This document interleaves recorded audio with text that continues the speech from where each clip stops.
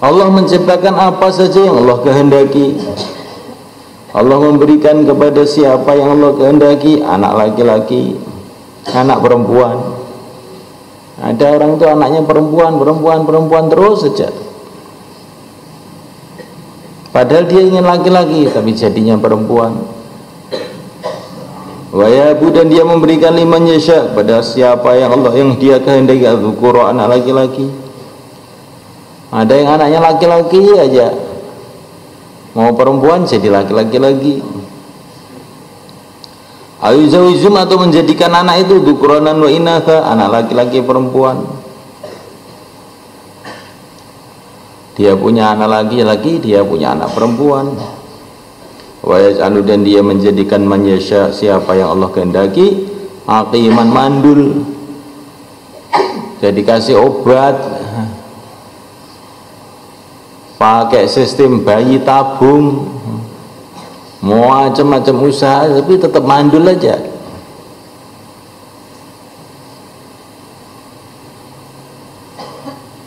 Karena Allah memang tidak menghendaki memberikan kepadanya anak. Tapi yang mandul itu tahu-tahu bisa berubah jadi subur, kayak istrinya Nabi Zakaria, wa kanat imraati aqira, istriku mandul, tiba-tiba subur, keluar anak. Jadi maksudnya ini supaya kita ini berpikir bahwa apa yang Allah kehendaki itu yang akan terjadi. Kita tidak bisa mengelak sedikit pun dari yang Allah tentukan. Maka orang beriman senantiasa ta'alluq kepada Allah, bergantung kepada Allah. Ini jenis kelaminnya.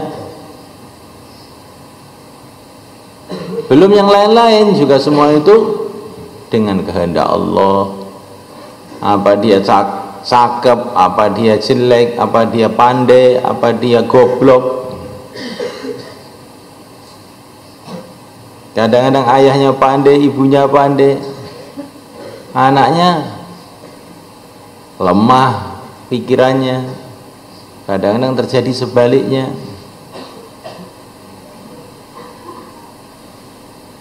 Belum lagi nasibnya anak itu jadi apa? Akan jadi wali, apa jadi preman, jadi orang alim, jadi orang jahil, juga semua atas kehendak Allah.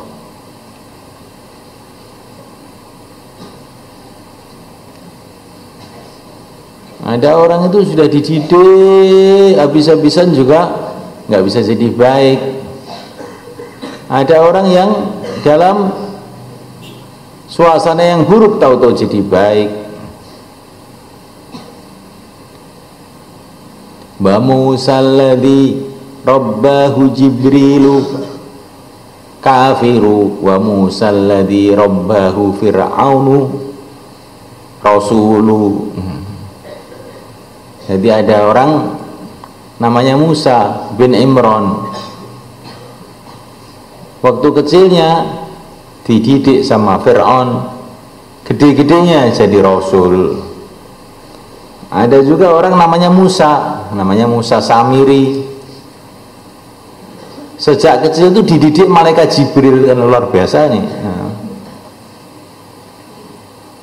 Karena ceritanya Musa Samiri itu ayahnya itu tidak jelas, jadi dia lahir dengan perzinaan. Karena ibunya malu, Musa Samir ini dibuang ke hutan. Tapi Allah mengirim malaikat Jibril untuk memberi makan tiap saat sampai gede. Kan aneh enggak? Setelah gede jadi orang kafir. Loh, bukan hanya kafir, bahkan dia jadi dukun yang menyesatkan Bani Israel ngajak menyembah anak sapi dari emas itu. Ini pelajaran. Jadi namanya watak orang, nasib orang itu memang betul-betul itu di tangan Allah. Kita wajib cari suasana yang baik, wajib membawa anak kita kepada suasana yang baik, pendidikan yang baik, wajib itu. Tapi kamu harus tahu nanti jadinya bagaimana itu bukan urusan kamu. Maka yang penting kita ini berbuat apa yang diperintahkan oleh Allah, sibuk doa kepada Allah, dan itulah tanda-tanda Allah Subhanahu wa ta'ala akan mendatangkan kebaikan. Secara pasti apa yang terjadi kita tidak tahu, hanya Allah yang tahu.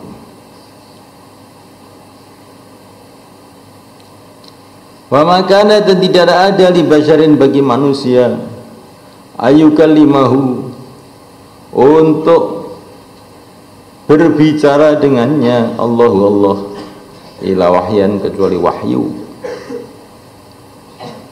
aw mi wara'i hijab, atau dari belakang hijab, aw yursila rasulan, atau dia mengutus seorang rasul, fayuhiya, maka dia memberikan wahyu, biiznihi, dengan izin Allah, ma yasha, perkara yang Allah kehendaki.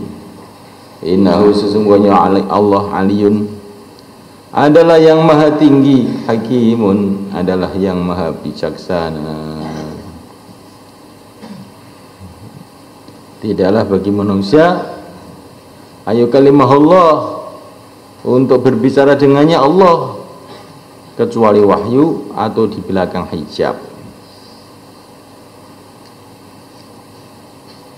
Wahyu itu dari kata, maknanya wahyu itu perkara yang tersembunyi dari Allah, berbicara dengan dia secara nggak ada orang yang tahu. Maksud wahyu itu begitu.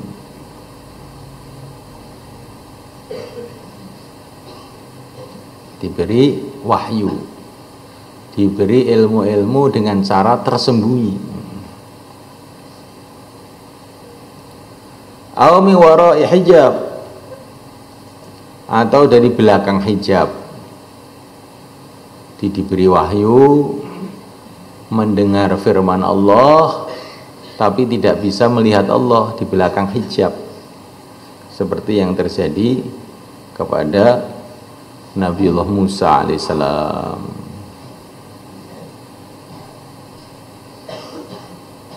Ada yang wahyu tanpa hijab. Nah, ini pernah juga terjadi untuk yang mulia Nabi Agung Muhammad SAW pada waktu Mi'raj. Nabi mendengar, Nabi melihat zat Allah bila kaifin wala mithal, tanpa bisa dibayangkan. Bagaimana? Nggak bisa dibayangkan.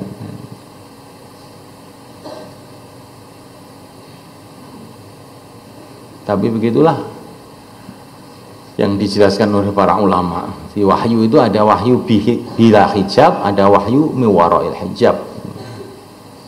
Yang wahyu tanpa hijab itu ya terjadi waktu Mi'raj itu. Ada wahyu dengan hijab, itulah wa kallamallahu Musa taklima. Allah berfirman dengan Nabi Musa, tapi Nabi Musa tidak melihat. Tapi semuanya ini hanya para nabi, para rasul yang bisa memahami secara sempurna. Seperti melihat tembok, melihat batu.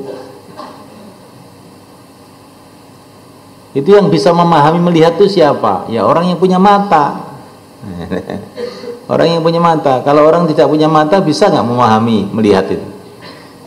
Orang yang sejak kecil buta, nggak akan dia dia nggak akan bisa memahami, melihat itu bagaimana. Seperti orang yang tuli asli, dia juga tidak bisa memahami, mendengar itu bagaimana. Begitu juga masalah wahyu ini, keistimewaan para nabi. Maka selain nabi nggak akan bisa paham secara sempurna, nggak bisa paham. Ya hanya nabi aja yang tahu. Paham maksudnya? Maka jangan kamu tanyakan detail-detail perkara ini, bagaimana caranya anu ya. Kalau kamu jadi nabi baru bisa ini. Wahyu itu keistimewaan nabi, maka orang lain nggak akan bisa paham secara sempurna, nggak akan bisa paham. Cuman dikit aja yang bisa paham.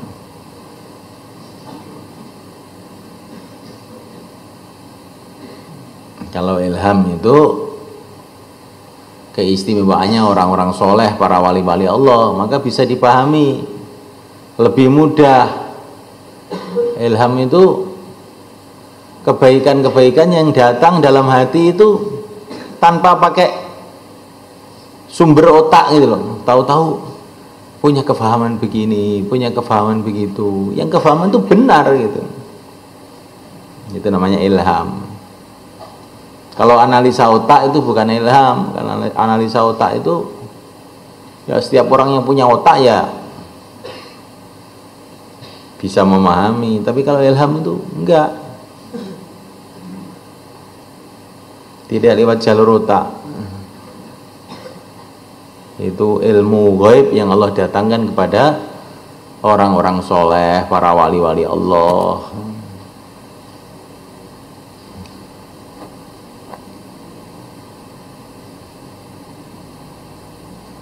Ayursila Rasulullah, atau Allah mengutus seorang Rasul, maksudnya malaikat Jibril, fayuhya, maka dia memberikan wahyu dengan ilmu secara tersembunyi, biidnihi, dengan izin Allah, ma yasha, perkara yang Allah kehendaki. Innahu, sesungguhnya Allah aliyun, maha tinggi. Maksudnya maha tinggi itu di luar jangkauan otak kamu. Aliyun, maha tinggi, nggak nutut otak kamu, nggak akan sampai memikirkan keagungan Allah, memikirkan sifat-sifat Allah. Maka jangan kamu tanya bagaimana mengenai Allah ini. Ali, maha tinggi, nggak nutut kamu. Malit turab wa rabbil arbab. Kita ini debu, bagaimana bisa memahami Tuhan semesta alam. Hakimun, yang maha bijaksana.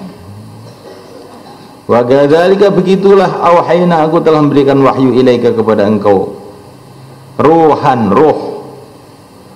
Maksudnya ruh di sini Al-Qur'an. Ini Al-Qur'an itu juga dikatakan ruh. Kenapa dikatakan ruh? Karena Al-Qur'an ini bila masuk dalam hati seseorang akan menghidupkan iman dia, menghidupkan kebaikan-kebaikan dia. Maka Al-Quran itu dikatakan ruh, karena dialah sumber kehidupan agama.